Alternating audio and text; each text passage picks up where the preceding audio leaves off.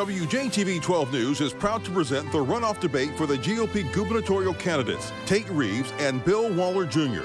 Welcome to tonight's event. We are live from the WJTV 12 studio in Jackson, Mississippi. Good evening and welcome everyone. I'm Byron Brown, evening anchor for WJTV 12 News in Jackson. We are broadcasting live from all across the state of Mississippi, and we want to welcome our viewers in Jackson, Hattiesburg, Tupelo, Gulfport, Meridian, Mobile, Alabama, Baton Rouge, Louisiana, and Memphis, Tennessee. You can follow along with tonight's debate on social media by using the hashtag that is on your screen right now. It is MSGOPGOV debate. You can see all the background of the questions that we will be using tonight by following that hashtag. We want to welcome back Lieutenant Governor Tate Reeves and the former Chief Justice of the Mississippi Supreme Court, Bill Waller Jr. Thank you all for joining us tonight. Here are the rules for tonight's debate.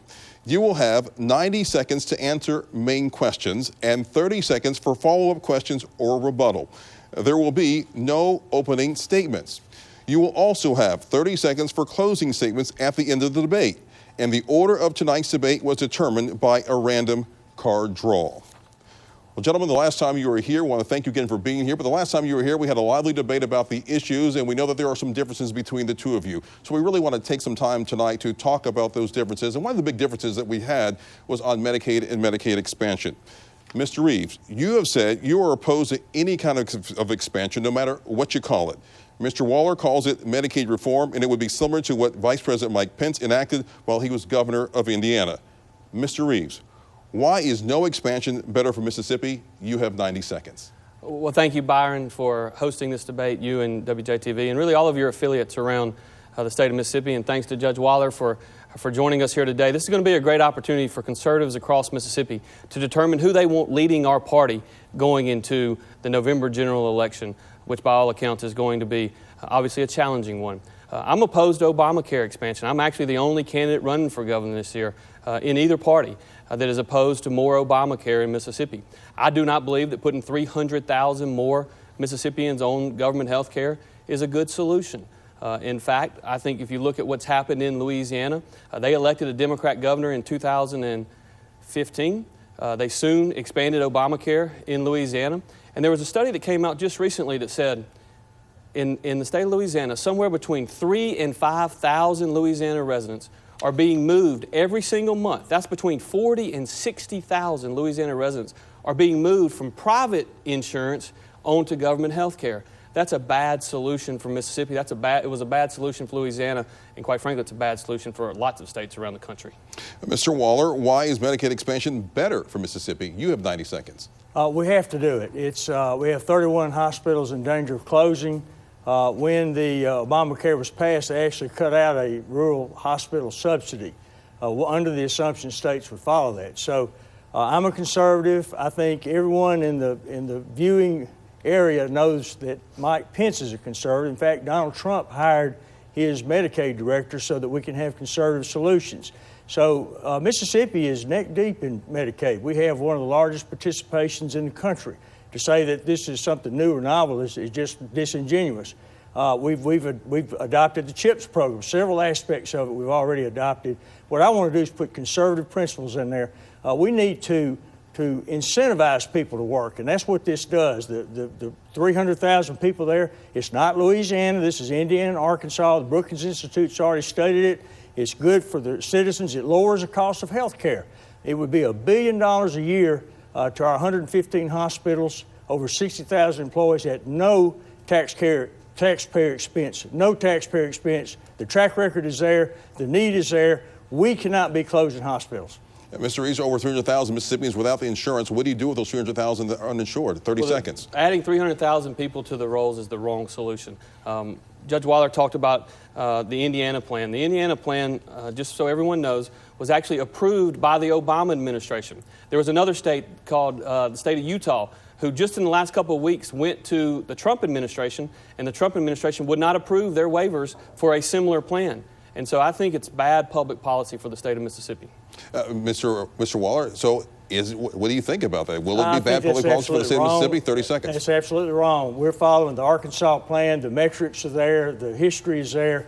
And what we have is these are people within 138% of the poverty line. These are people working every day. They can't afford insurance. There's no way in the world you can afford it. These are part-time people, no benefits. What we want to do is see primary care physicians. We want them to get in the workforce. Our workforce participation rate is 55%. It's the second worst in the nation. I want people to work, and this would incentivize it to do it. We'll leave it at that. Thank you, Mr. Waller. Another big issue is our infrastructure, and that's another issue that many Mississippians are concerned about. Our roads are notorious. A report from the American Society of Civil Engineers finds that Mississippi drivers pay on average of $820 a year in costs from driving on roads in need of repair. Mr. Waller, you support a gas tax, or what you're calling a user fee, and Mr. Reeves, you plan to use money from the state lottery. Mr. Waller, we'll start with you. Tell me about your plan and how you think it's going to work for Mississippi. You have 90 seconds.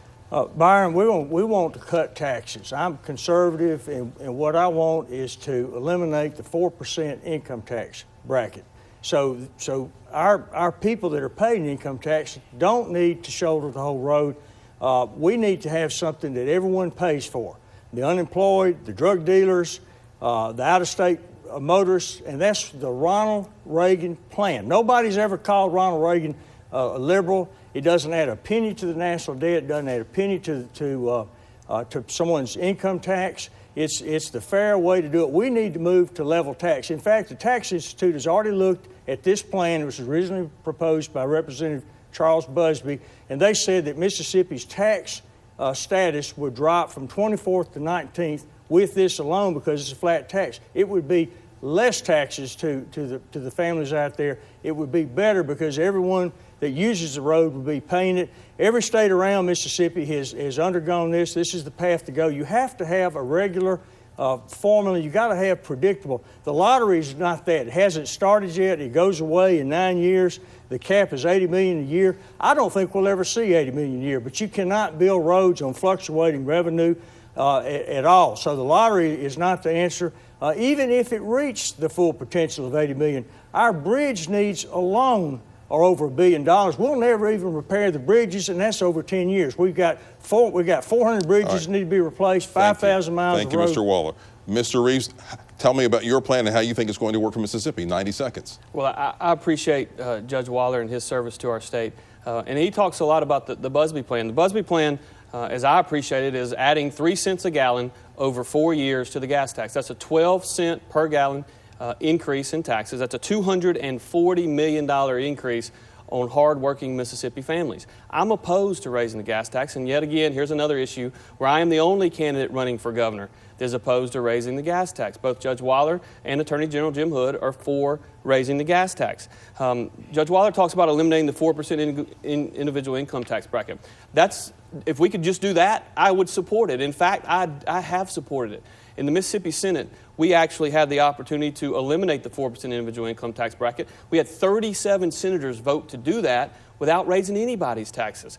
And we have cut taxes over 50 times over the last 8 years. We don't have to raise taxes on those who are what Judge Waller calls users. And by the way, by user fee, he defines user as anybody who drives a car in our state. We don't have to raise taxes on users to cut taxes on individual income taxes, and I actually support eliminating the 4% individual income tax bracket without raising the gas tax. Mr. Waller, are you at all concerned that your proposal there would be an undue burden on poor Mississippians? Absolutely 30 not. seconds. Absolutely not. If that, and of course this is subject to the legislature, but if that's what was passed, it's $6.67 a month.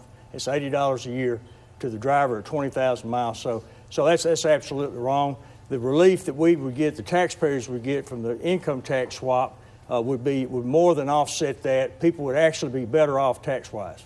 The 12-cent plan raises gas taxes $240 million. The 4% individual income tax bracket elimination reduces total receipts. Now, these are different groups of people, obviously, but it reduces total receipts by $160 million. So it's a net $80 million tax increase on Mississippians. And Byron, this is really important because you asked, would this hurt Mississippi families? I was in Mize, Mississippi just not too long ago on the campaign trail. I had a lady come up to me who told me, she looked at me and she said, Tate, I'm going to vote for you because I know you're going to oppose the gas tax. You see, I live in Mize, and I drive to Jackson every day. Well, My husband drives to Hattiesburg Thank you, Mr. every Reeves. We'll single continue day. that one. And it's going to cost us an immense amount of money. All right, here's and, the Thank you, and Byron. they would have to drive 125,000 miles a year you. to reach that. Let me ask you this question.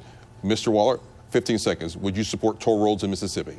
We have to look at it with the legislature. I certainly think that we need to look at what we have first before we go to anything else. But I think we need everything needs to be on the table for how we can save taxpayers money. And Mr. Reeves, would you support toll roads in Mississippi? I'm very open to innovative solutions to fix our road and bridge challenges in our state. The challenge with toll roads, and we've looked at it a number of times, the challenge with toll roads is there aren't enough people in Mississippi to actually finance them at 100% level. And so you've got to do a public-private partnership to make it to make sense. All right, thank you very much. Our next question. It appears that you have different viewpoints when it comes to the current state of Mississippi's economy. Mr. Reeves, you have said, quote, our economy is growing faster today than at any time in our state's history. According to the U.S. Bureau of Economic Analysis, Mississippi's GDP grew 1% in 2018. And Mr. Waller, you've said Mississippi deserves better. Mr. Reeves, how can you make Mississippi's economy better? You have 90 seconds. Well, I will tell you, it is very important that we have a governor that is focused on job creation and bringing better and higher paying jobs to our state. I will tell you that raising taxes is not a good solution to growing our state's economy. In fact, if you look at what's happened in our state over the last 8 years, what you see is that Mississippi today has the lowest unemployment rate than at any time in our state's history. Mississippi has more people working today than at any time in our state's history. In addition to that, Mississippi has over 88,000 more people working today than were working 8 years ago when Governor Bryant and I were elected. Governor, Lieutenant Governor, and Speaker Gunn was actually sworn in as the first Republican Speaker of the House. And so we are making tremendous progress in terms of our economic activity. We've got more work to do. It's the reason that I've proposed a $100 million investment in workforce training. If we're going to see continued economic growth in Mississippi, it is critical that we train and retrain our workforce, not for the jobs of the last 50 years, but for the jobs of the next 50 years. We've got to invest. We've got a community college system that is ranked #1 of anywhere in the entire United States of America. They're uniquely positioned to deliver to the people of Mississippi those job training skills that are necessary. And I would go so far as to say, Byron, the next governor of Mississippi should spend more of his or her time working on workforce training than anything else, because that's what's going to attract the jobs of tomorrow. Mr. Waller, can you point out the differences in your economic plan in 90 seconds? Absolutely. My economic plan, well, first of all, let me point that Mississippi's growth since the recession of 2008 is one of the lowest in the nation. We have not enjoyed the same economic growth that the United States is 22.5%, Tennessee's 20%, Alabama's 10.5%, Mississippi's was 2 or less. And the correct figures are there are 50,000 fewer people working today than there were in 2010, and that's according to President Trump's Bureau of Labor Statistics. We've got 31 hospitals that are about to close or been threatened to close. We've got population drain. We lost 35,000 people between 2010 and 2016. We've lost population 3 out of the last 4 years.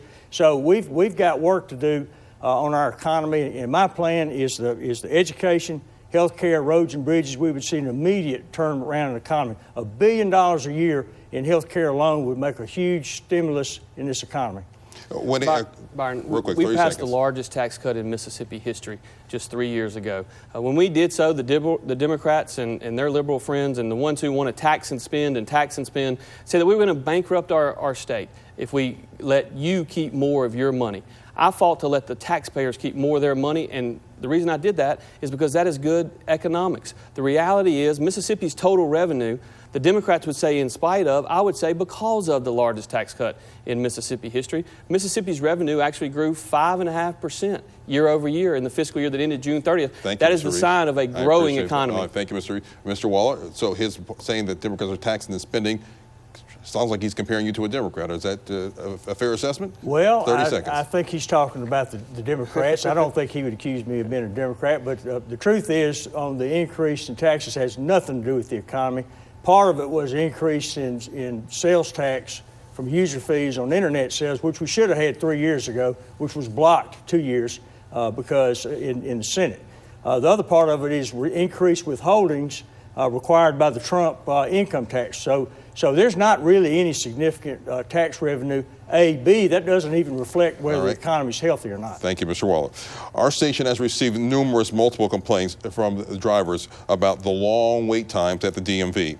Last month alone, driver's license stations were closed 48 times across the state because they didn't have enough people to run the office. And we wonder why, and we reached out to the State Department of Public Safety last Friday. They forwarded our message to the Driver Services Bureau, and we are still waiting for a response. Mr. Waller, how will you address the problem? You have 90 seconds. Well, we've got to fix it. The issue is good governance.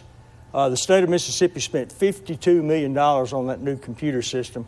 We've got a statewide electronic filing system, was going to be mandatory for the state, but is killed in the Senate, that didn't cost anything. We got the source code from the federal government, so you've got to be smart in governance. If I'm elected, there'll be no more than a 30-minute wait in the driver's station if we have to make some changes on that, but that is unacceptable to the public. Mr. Reeves, how will you deal with the DMV problems? I agree with Judge Waller on this point. It is unacceptable what's happening at the Department of Public Safety and with our Division of Motor Vehicles. I think there's a number of things that need to be done. Number one, I do have a track record running a state agency.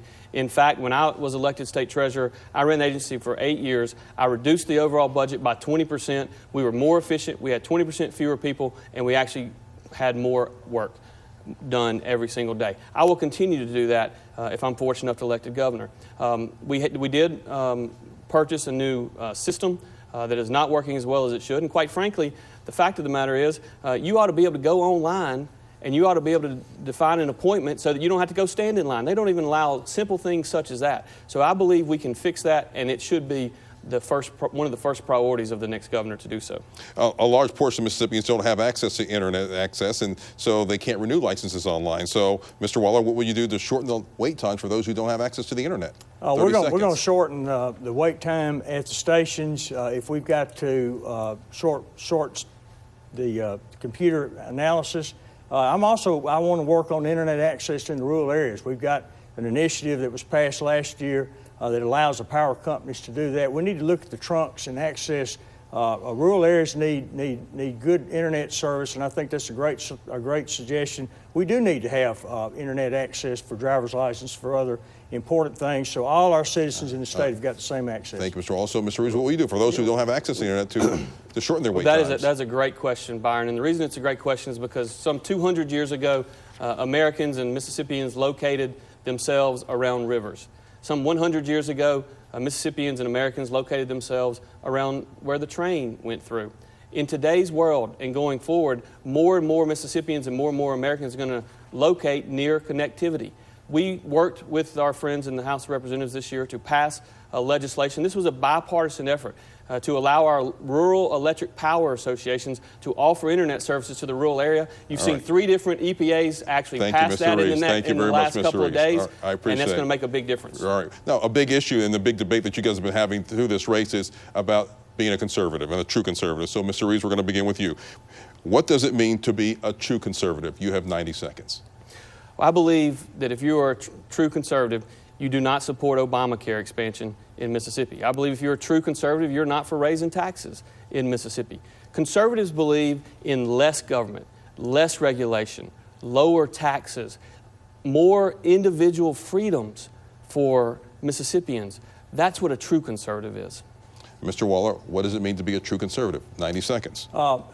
In my situation, my plan is a true conservative plan. Education, health care, infrastructure are the pillars of any kind of economic development. I think conservatives should be interested in economic development.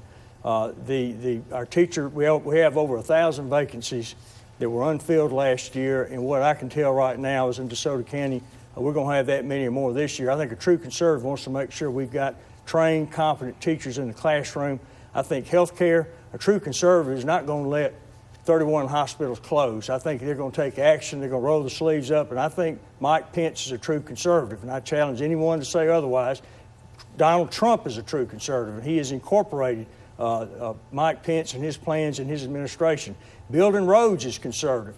Ronald Reagan is one of the greatest conservatives there ever was. He proposed the exact solution that we have that we want to Donald Trump wants to have a big infrastructure program, and we need to be ready. We need to have our tax structure in place so we can benefit from the great leads he's going to have. So my plan is conservative, and being conservative isn't sticking your head in the sand. Being conservative is meeting the problems and coming up with solutions. Byron, if I might. Go 30 seconds. Because Judge Waller mentioned that several names, a lot of name dropping going on, and mentioned President Trump. Just so everyone out there is clear, in President Trump's most recent budget proposal, he specifically said that states should stop expanding Medicaid, and he also said that provider taxes, which is the way in which Judge Waller has proposed to fund this $220 million a year that's going to cost to expand Obamacare in Mississippi, he said provider taxes were a financing scheme and nothing more. Rick, question, do you believe that President Trump is a true conservative based on your definition? 15 I believe seconds. President Trump has done a fantastic job as the leader of this country. He is focused on tax cuts, just like we have focused on tax cuts in Mississippi. I think he's doing an excellent job. I think he's a conservative, and I think he's a great leader for our economy. And he's also appointed very conservative judges to the bench, which is going to make a difference for generations to come. All right. Our next question. Well, you believe he's a true conservative. You said that about him and Mike Pence. So you say Absolutely. President Trump is a true conservative. Absolutely. Right. And he was accused of being a Democrat when he ran for election because he had contributed to Democrats before. But he is a true conservative. He's done more changes for this country to put us in the right direction than anyone I can remember. During our last debate, you both said that you wanted to raise teacher pay, but you disagreed on how to raise the teacher pay. Mr. Waller, you said you wanted to raise teacher pay to $40,000 within the first year. Mr. Reeves, you didn't give us a dollar amount, but you gave us more of a graduated timeline on raising teacher pay. Mr. Waller, why is your idea for teacher pay better? You have 90 seconds. My idea, what I've been consistent in saying, is that we need to raise teacher pay as fast as we can every year, and I intend to do that until we reach the Southeastern average. My plan is to get the experts together at the end of the year and figure out what we can prudently and provide for the teachers, and I'm going to ask the legislature to appropriate that in February before all the other needs are there. And I want to have as much as we can appropriate for our teachers because we've got a crisis. We've got over 1,000 vacancies. This crisis has not been addressed before. We've got to do it now because it is critical to our economic development. It's critical that we support our teachers and that all students have got equal opportunities. Mr. Reeves, why is your idea for teacher pay better? 90 seconds. Well, I will tell you that what Judge Waller just said is right. I believe that we need to raise teacher pay as fast as we can to get to the Southeastern average. What I was under the impression that Judge Waller said at the last debate is that we needed to do it immediately. That was a $280 million expense, and I believe he mentioned that we ought to do it by taking money out of the rainy day fund, which would be one-time monies, which I don't think is a good idea to fund recurring expenses with one-time monies. But I do agree with what he just said, which is we need to raise teacher pay as fast as we can. The fact is, a teacher that is teaching in a classroom today is going to make $8,000 more than he or she made the year that I ran for lieutenant governor. We've had teacher pay raises in 3 of the last 6 years, in addition to the $500 step pay increase that every teacher gets every single year. But he's right. We need to continue to focus on our teachers because, Byron, the reality is when you look at outcomes for Mississippi students right now, we're seeing some remarkable work in the classroom. And that's something that we ought to celebrate. And the reason we're seeing remarkable work in the classroom is not because of anybody in Jackson. It's because of our administrators and our teachers. It's because of our parents. And most importantly, Byron, it's because of Mississippi kids. All we've done is raise the level of expectations. And Mississippians have done what Mississippians do, and they have risen up and they've met those increased expectations. I'm proud of what's going on in the classroom right now, and I commend our teachers. Judge Waller's right. We need to raise teacher pay as fast as we can.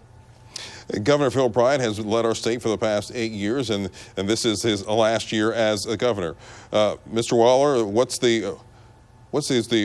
Reeves, what is the one thing that you disagree with Governor Bryant on? You have 90 seconds.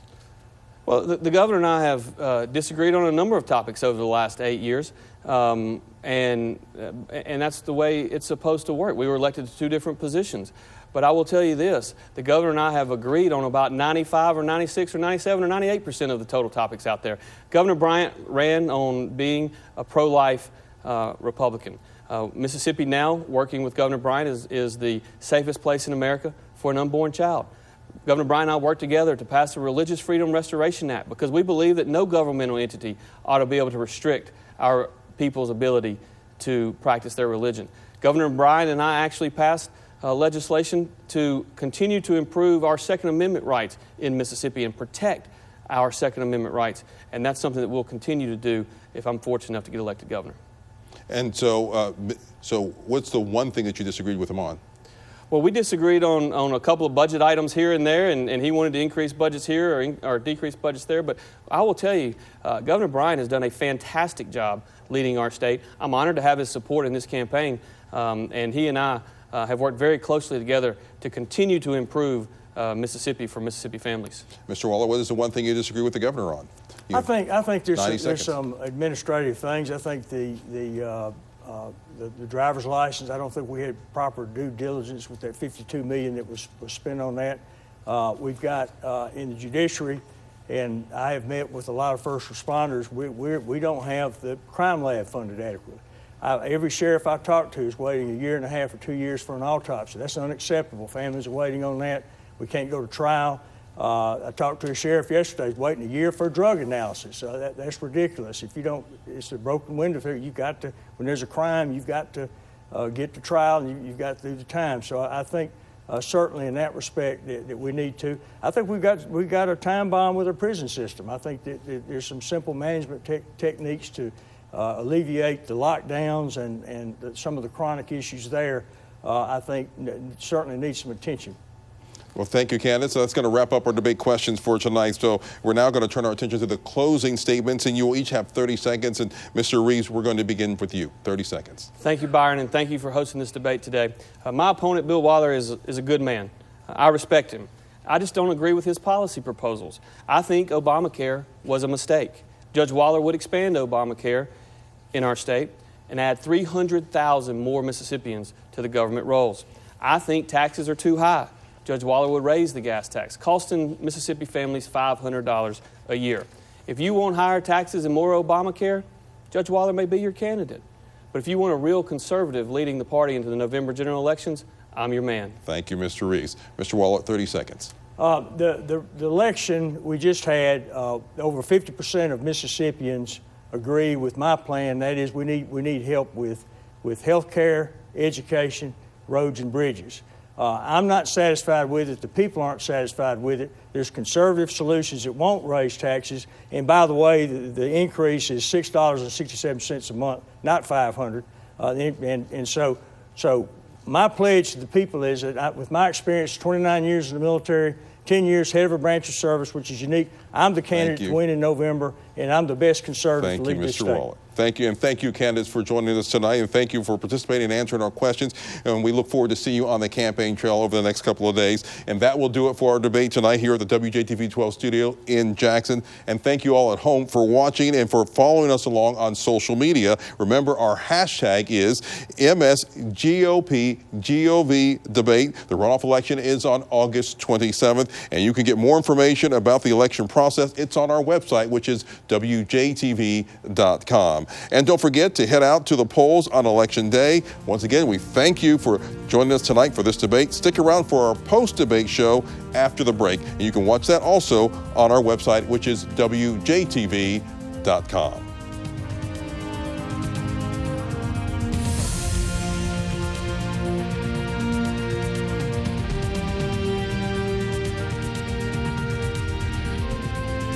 Good evening, everyone, and welcome to the Grand Opera House inside the MSU Riley Center in downtown Meridian. It's a pleasure being with you tonight. My name is Randy Swan. I'm the Regional News Director for Twin States News in Meridian. You've just watched the debate/roundtable discussion featuring the two candidates for governor on the Republican ticket, the current Lieutenant Governor, Tate Reeves, and the retired former Chief Justice of the State Supreme Court, Bill Waller Jr. We'll be here for the next couple of minutes discussing these two candidates and the future races as we prepare for the runoff on August 27th. Reeves almost avoided that runoff when he got nearly 49% of the vote 2 weeks ago. Bill Waller Jr. got 33%, and Robert Foster got nearly 18%. But things have changed a little bit since then.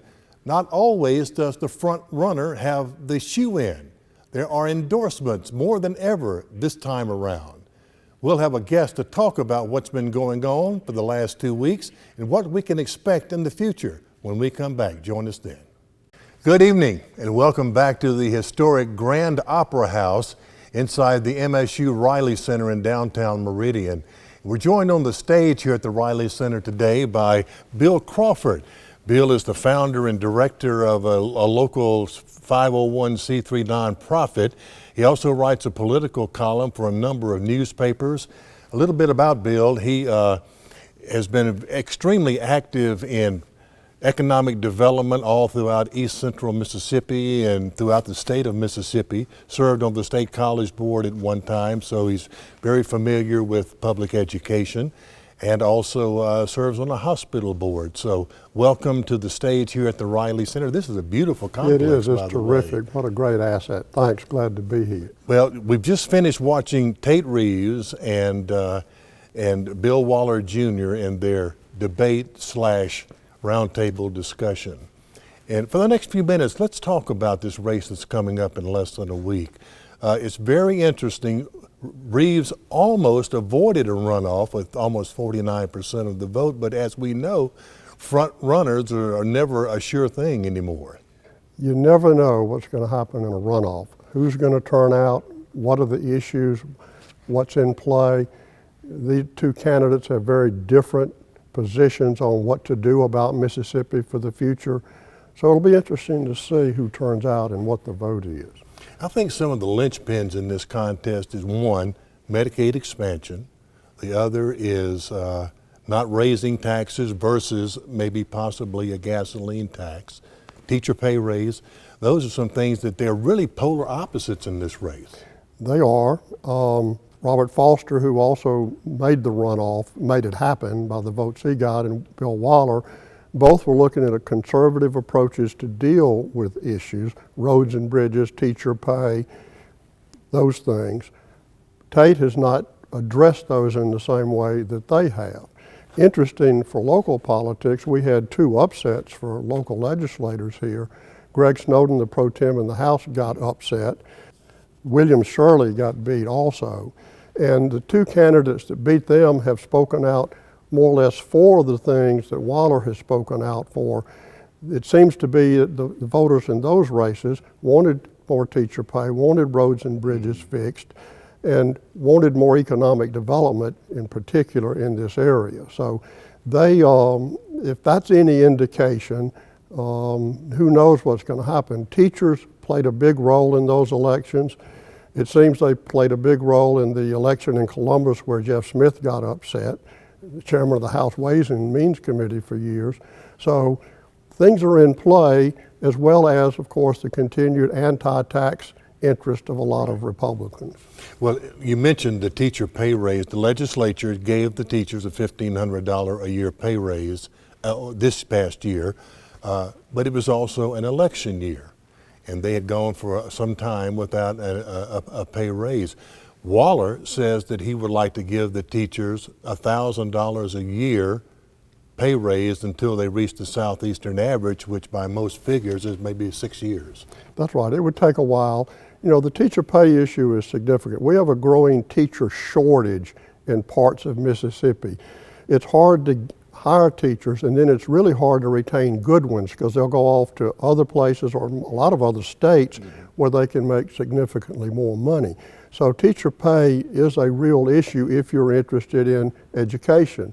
If you see schools as a linchpin for economic development, the critical element to making schools better are good teachers. And so that's an issue. Somehow that has to be addressed. And right now it seems like Waller is the candidate in the governor's runoff that's more interested or more committed to that. Looking at another linchpin as we were talking, Medicaid expansion. Of course, we call it reform, I think. Talking what? Reform. Right, okay.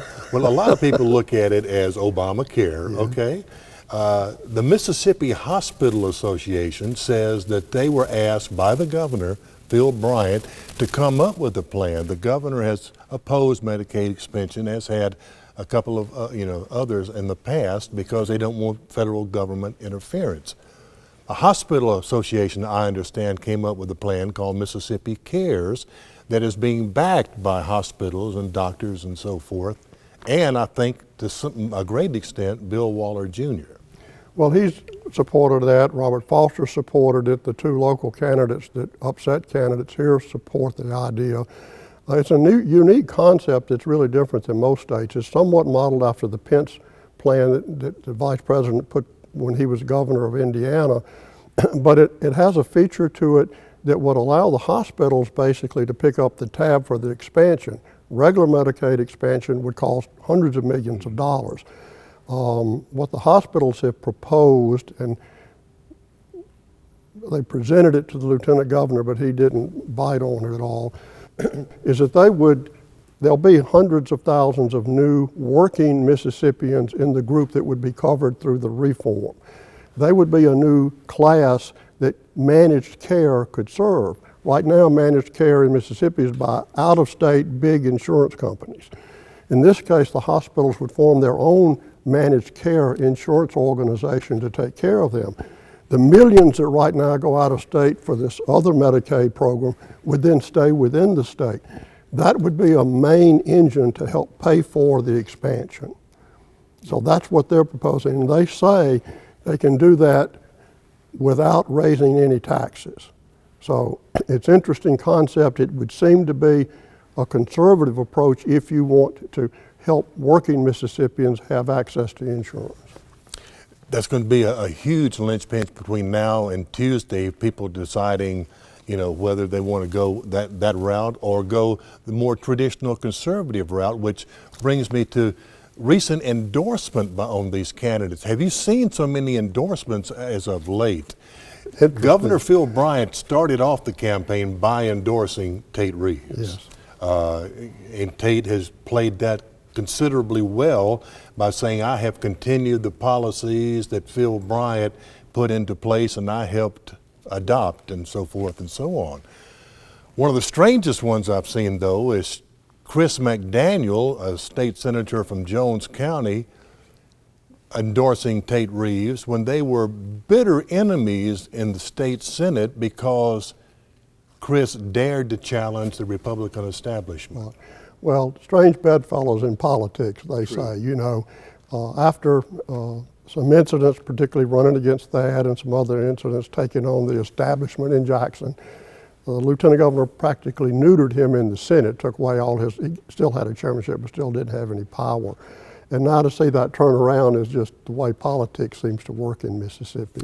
Robert Foster, who finished third with 18% of the vote, endorsed Bill Waller Jr., saying that he is conservative and that he has many of the same ideas that Foster had. So that's going to be interesting to see if his votes swing to Waller or if some go to Tate Reeves, who, by the way, is very strong in North Mississippi, and Foster was able to siphon off some of his votes up there. Particularly in DeSoto County, his home Right. county.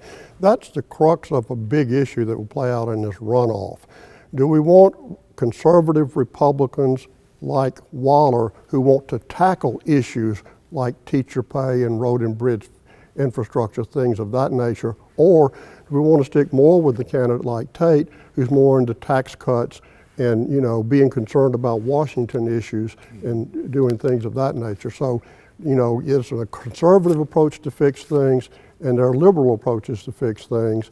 If a conservative who wants to fix things can't win, then it turns to the Democrat in November. Will voters choose a Democrat who wants to fix things versus sticking with the current And we'll course? talk about that in a few minutes, too. Another interesting endorsement that I ran across early in the campaign for former GOP party chairman Clark Reed, Mike Retzer, Billy Powell, and Jim Harry all endorsed Bill Waller Jr.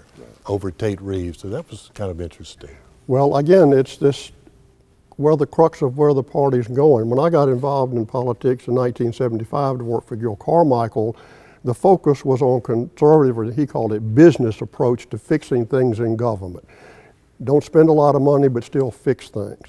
And that's kind of a good government approach that's been a good tradition in the Mississippi Party for many years.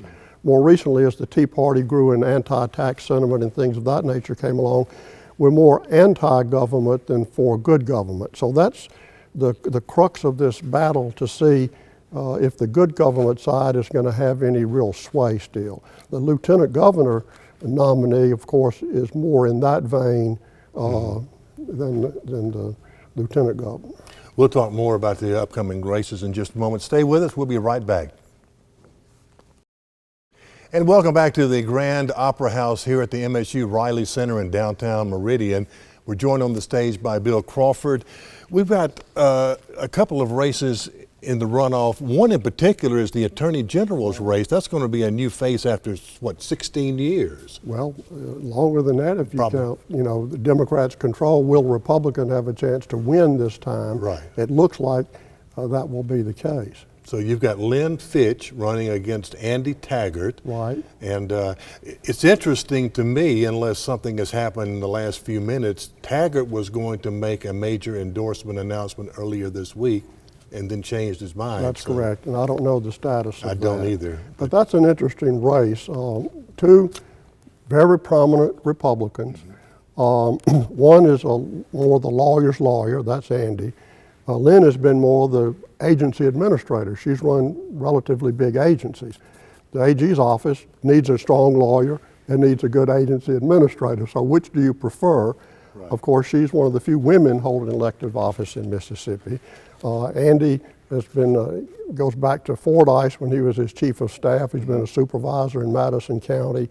He's represented the state when the current Attorney General wouldn't, and so they had to hire an external lawyer. So it's an interesting race.